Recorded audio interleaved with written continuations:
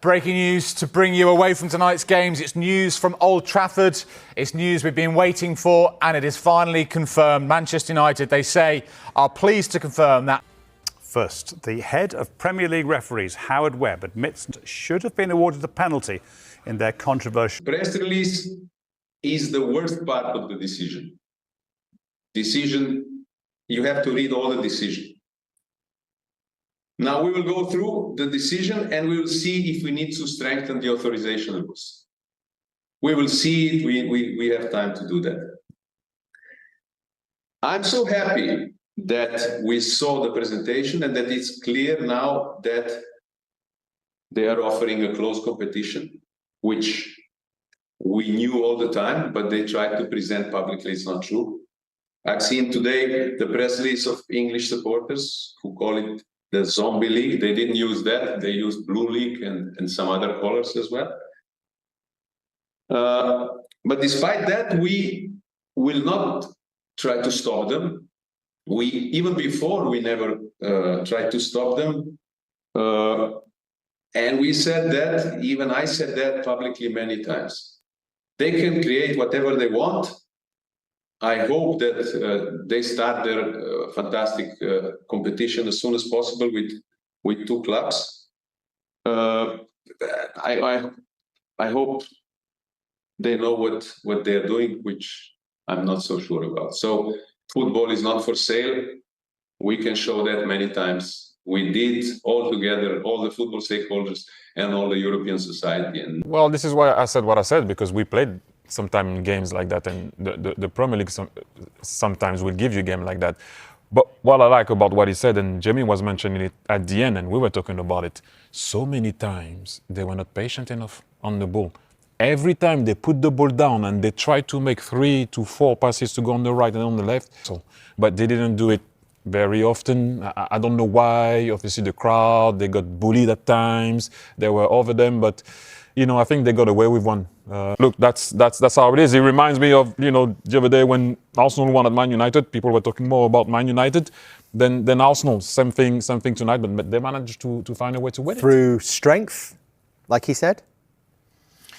I'm not sure. I mean, you mentioned the duels in the first half. I thought Liverpool lost a lot of duels in the first half. And in some ways, people always say the best way to win is with a last-minute winner. Of course, everybody knows that. But in some ways, the way Liverpool won is almost the worst way to win, taking away the last-minute goal. But in terms of, you're being dominated. The second time he actually wins the ball, Adam Smith lands on top of him. Mike, I don't know what you think, but it's not a second. But they can't go to it now. Yeah, VAR can't look at it, but I mean, he's played the ball in. Smith's landed on top of Bolly's ankle rather than the other way around, gone over holding his ankle if it's a really bad challenge. But for me, he's very unlucky, Bolly. It's not a second yellow card. Just explain again, Mike, why VAR Yeah, you can't get involved in cautionable offences, so it's got to be straight red. So, second cautionable offence. Should that rule be changed? I'd like to think it will be changed. That's what they're looking at for next year. Right, some news coming into us now. Sky Sports News understands that VAR, who controversially reviewed the late penalty, has been replaced for a game tonight. Thomas Kwiatkowski asked the referee to go to the screen after review, which looked into a potential handball. The referee didn't give the penalty on field, but reversed the decision after looking at the incident on the screen. Kwiatkowski was due to be the VAR in tonight's game. It was a good performance overall. First half we contained. I think the momentum of the beginning, even the beginning of the game, was ours. We combined, we create corners, the energy was there. Second half, very good second half, even though we concede. I think after that the reaction was very positive. We dominate, we control, we went for it, and I think it's well deserved that we got the draw.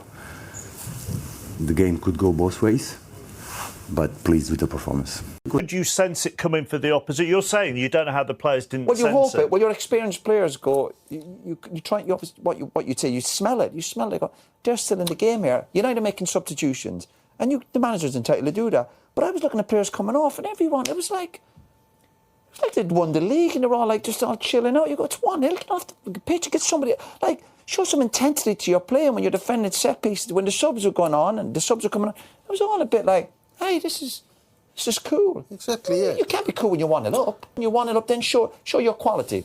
Man United, they're more quality players than West Ham. They have, in general. And this is not a good United team. But sure, that when you get 1-0 up, where you go, all right, you can relax a little bit off because you got that 1-0, a little bit, but knowing anything can happen. But United were all like, too chilled out, too relaxed, get the job done. That could be the high point of Ruben Amorim's year in charge at Manchester United. So has he improved them, and where do they go from here? Marks out of 10 then for that man's first year in charge. I don't think that they have improved. I'm sorry. At all? Yeah, where? Where have they improved? They have not scored more goals. They have not had less goals against. They have not won any trophies.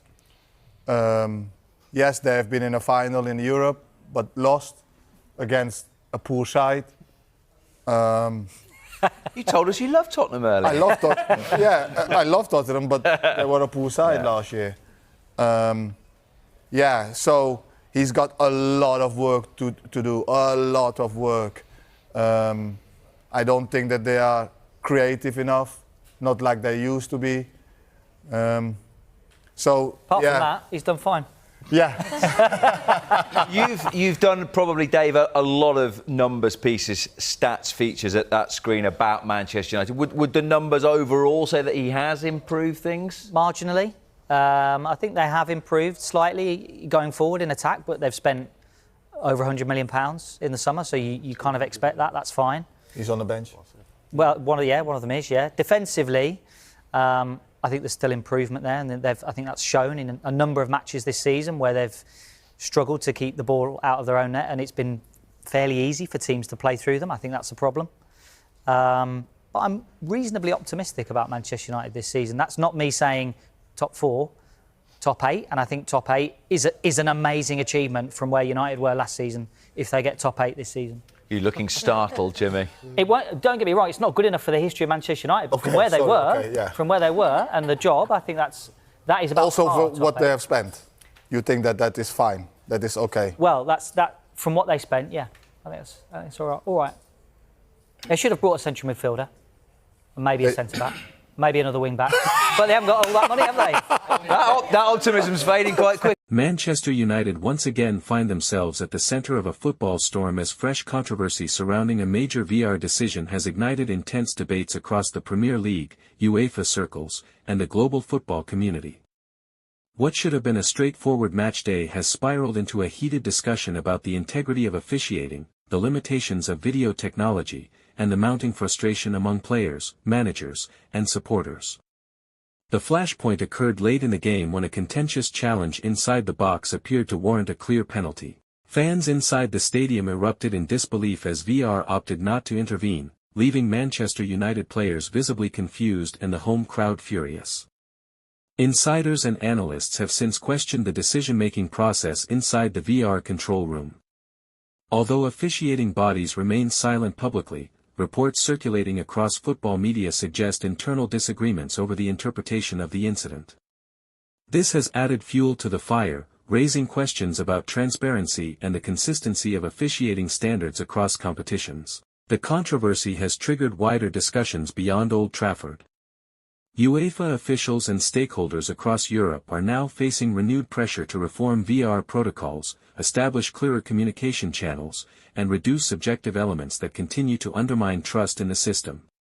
Many football experts argue that despite VR's promise to eliminate clear and obvious errors, human interpretation still leaves room for inconsistency, and incidents like this only strengthen the argument for structural change. For Manchester United supporters, this latest controversy is yet another chapter in what feels like a recurring storyline.